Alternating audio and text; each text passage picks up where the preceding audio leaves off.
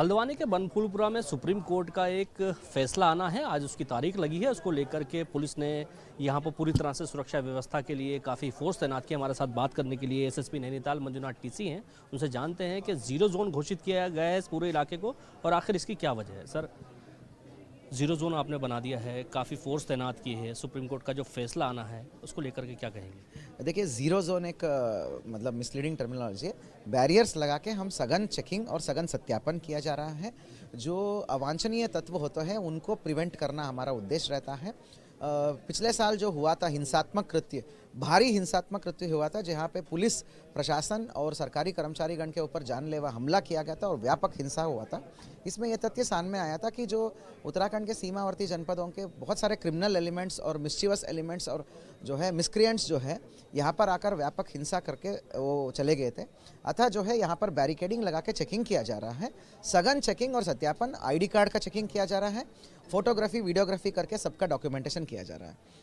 Sir, फैसला अगर public के खिलाफ आता है तो क्या उम्मीद है? कुछ आपके पास इनपुट्स हैं, कुछ लोगों को आपने हिरासत में भी लिया है। यस, जो है देखिए, ये जो एहतियातन फोर्स तैनात होता है उसके अलावा सुरक्षा बल के अलावा सूचना तंत्र, अभिसूचना तंत्र भी रहता है और उसके अलावा क्रिमिनल हिस्ट्रीज को खंगाला जाता है। जो इसके आधार पर कुल मिला के 122 से भी अधिक लोगों को हमने पाबंद मुचलते के भी कार्रवाई किया है और जिसमें 30+ लोगों का हेवी धनराशि में बाउंड डाउन भी हो गया है। इन सब के अलावा 17+ लोगों को हमने प्रिवेंटिव डिटेंशन के तहत हिरासत में लिया है और ये मैक्सिमम वही लोग हैं जो पिछले साल जो है व्यापक हिंसा कारित किए थे इन्होंने। कितनी फोर्स आपने तैनात की है आसपास? कुल मिला के अभी तक 3 इस पूरे बनफूलपुरा इलाका में 4 जोन्स और मल्टीपल सेक्टर्स में बांटे गए हैं। 3 एसपीज, 4 सीओस, 12 एसएचओस, इंस्पेक्टर्स और 12+ मतलब 12 से भी अधिक चौकी इंचार्ज, 45-50 सब इंस्पेक्टर्स और 300+ कांस्टेबलरी। इसके अलावा 3 कंपनी पीएसी है, इसके अलावा होम गार्ड्स है।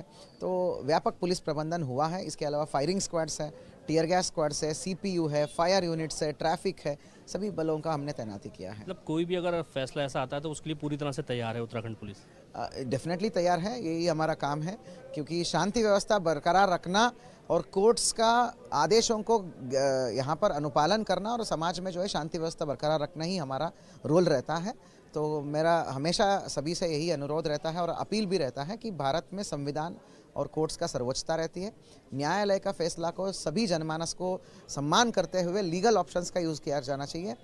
इसके अलावा हम सोशल मीडिया को भी मॉनिटर कर रहे हैं। कोर्ट्स का जो भी फैसला को फील्ड पर जो है कटाक्ष नहीं किया जा सकता, या फील्ड पर आके उपद्रव, मोबिलाइजेशन करना, एकत्रित होना या विरोध करना, ये बिल्कुल अलाउड नहीं है। संविधान की राज में भारत में यह बिल्कुल अलाउड नहीं है। तो इसको हम कठोर तरीके से हम वैधानिक कार्रवाई करेंगे। मैं आपको बता दूं, सोशल मीडिया मॉनिटरिंग के माध्यम से हम सोशल मीडिया पर भी नज़र रखे हुए हैं।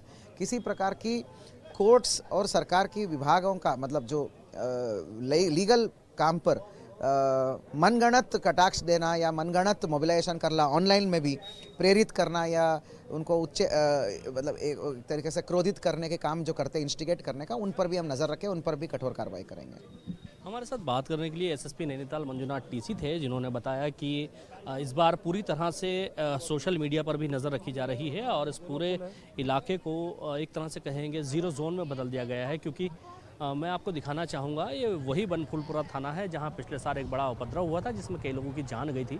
फिलहाल पुलिस ने इस पूरे इलाके को छावनी में तब्दील कर दिया है। सुप्रीम कोर्ट के फैसले का इंतज़ार है।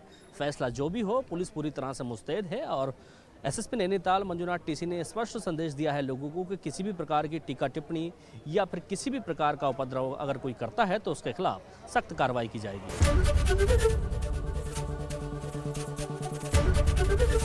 एबीपी गंगा, खबर आपकी, जुबान आपकी।